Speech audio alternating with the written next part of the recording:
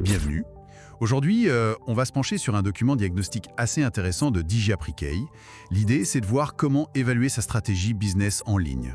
Oui, bonjour. C'est un outil qui vise à identifier en fait les points de blocage, ce qui pourrait freiner la croissance sur Internet, la rentabilité aussi. Une sorte de check-up pour sa santé digitale, si on veut. Exactement.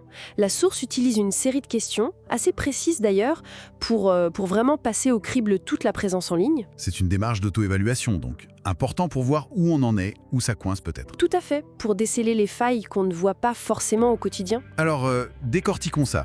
On commence par quoi? La visibilité, l'impact? Oui, les premières questions portent là-dessus. En gros, est-ce qu'on vous voit en ligne ou ça? Est-ce que les réseaux sociaux amènent des vraies demandes, des contacts utiles? Et cette fameuse question, est-ce que quelqu'un qui arrive sur votre offre comprend en 3 secondes ce que vous faites? Voilà. Pourquoi c'est si important ça? Parce que si on n'est pas visible ou si personne ne pige ce qu'on vend, Le reste ne sert pas à grand-chose, j'imagine. c'est ça. Tout le reste de la stratégie est moins efficace, forcément. C'est la base, être trouvé et être compris. Vite. Sinon, la conversation ne démarre même pas. D'accord. Une fois cette première étape franchie, le diagnostic y creuse plus profond, les fondations. Oui. Il aborde le pourquoi. La raison d'être de l'entreprise. C'est quelque chose de fondamental qui doit en principe guider toutes les actions. Le pourquoi. Et aussi, est-ce qu'il y a une stratégie claire, écrite? Est-ce que l'image, l'identité visuelle est cohérente partout? Exactement. Ces éléments, on pourrait penser que c'est abstrait, mais en fait, Ça a un impact très concret sur les résultats. totalement. Le pourquoi et la stratégie donnent le cap. L'identité visuelle, elle, c'est la reconnaissance, la confiance. Sans ça, les actions marketing partent un peu dans tous les sens. C'est plus réactif que proactif. C'est le lien entre l'intention et les résultats qu'on peut mesurer, quoi. C'est tout à fait ça. Le fil rouge. Logique. Et ça nous mène, j'imagine, au contenu. Ben oui, le document vérifie est-ce qu'on sait à qui on parle, le client idéal il est bien défini, à quelle fréquence on publie, est-ce qu'on regarde ce qui marche le mieux. Une ligne éditoriale claire aussi. Oui, le but c'est de voir si le contenu sert vraiment la stratégie globale et s'il parle à la bonne personne. Et l'engagement dans tout ça?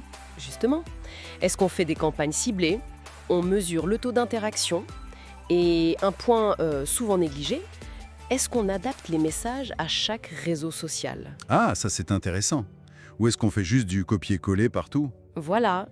L'adaptation, c'est plus de boulot, c'est sûr. Mais j'imagine que ça paye en pertinence, non? Et donc, en engagement. Exactement. Le copier-coller, ça dilue l'impact. Adapter, ça montre qu'on comprend la plateforme, qu'on respecte l'audience. C'est un investissement, en fait. Et cet engagement qu'on a créé, qu'est-ce qu'on en fait? On arrive à la gestion, là. Oui, gestion et conversion. Est-ce qu'il y a un CRM, enfin, un outil pour suivre les clients, les prospects? Est-ce qu'on sait d'où ils viennent, ces prospects, pour savoir où concentrer les efforts? Automatisation aussi. Chatbots, ce genre de choses. Et le temps de réponse, j'imagine que c'est crucial. Ah ben oui, c'est l'opérationnel pur. C'est là que l'intérêt se transforme, ou pas, en business. Si on gère mal les contacts, si on répond trop tard. Tous les efforts d'avant tombent un peu à l'eau. Complètement. C'est là qu'on risque de perdre la valeur qu'on a créée juste avant. L'efficacité opérationnelle, c'est la clé. Et pour finir, pour boucler la boucle, comme on dit, la rentabilité? Les chiffres, le taux de conversion, sur 100 personnes qui voient l'offre, combien achètent? Le coût d'acquisition, combien ça coûte de gagner un nouveau client via le web? Le volume de contacts sortants aussi, c'est mentionné. Combien de nouvelles discussions on engage chaque semaine? C'est vraiment les indicateurs finaux. Oui, les indicateurs qui montrent si toute la machine digitale est économiquement viable. Est-ce que ça rapporte plus que ça ne coûte?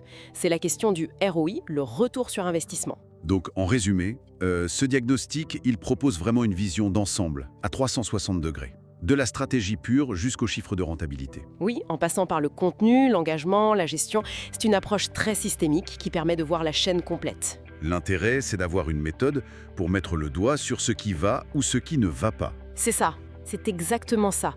Pour savoir où il faut agir en priorité. Est-ce que c'est un problème de visibilité au départ? Ou alors la stratégie qui n'est pas claire? Toi. Peut-être le contenu? Ouais. Ou la conversion qui pêche?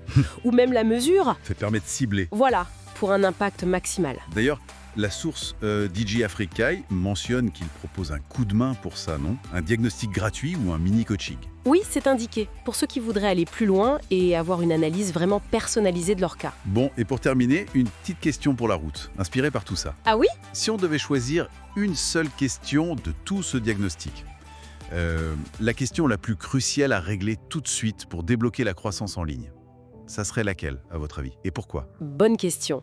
Ça laisse matière à réfléchir, en effet.